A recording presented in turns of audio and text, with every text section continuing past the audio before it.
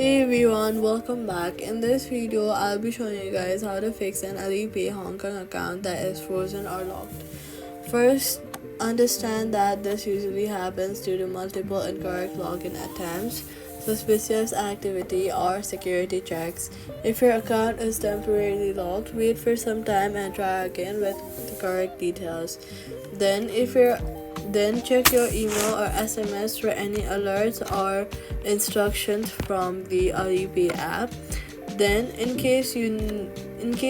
many cases, you need to complete identity verification (KYC) to unlock your account. Make sure to avoid repeated attempts as this can extend the lock period. If your account remains locked, contact Alipay Hong Kong customer support and provide the required information. You may also be asked for your identity documents to verify your account. That's how you fix an Alipay Hong Kong account that is frozen or locked.